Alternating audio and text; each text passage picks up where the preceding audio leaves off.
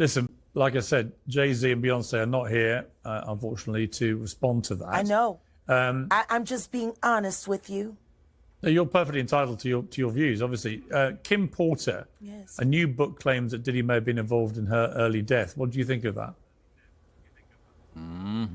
I think people should really look into that more. I believe Diddy got Kim Porter sent to the afterlife. She had a lot of dirt on him, from what I understand. And let's hear what Jaguar has to say. But I believe, Diddy, you're a dirtbag. I am friends with Al B. Shore. I love him. I love his children.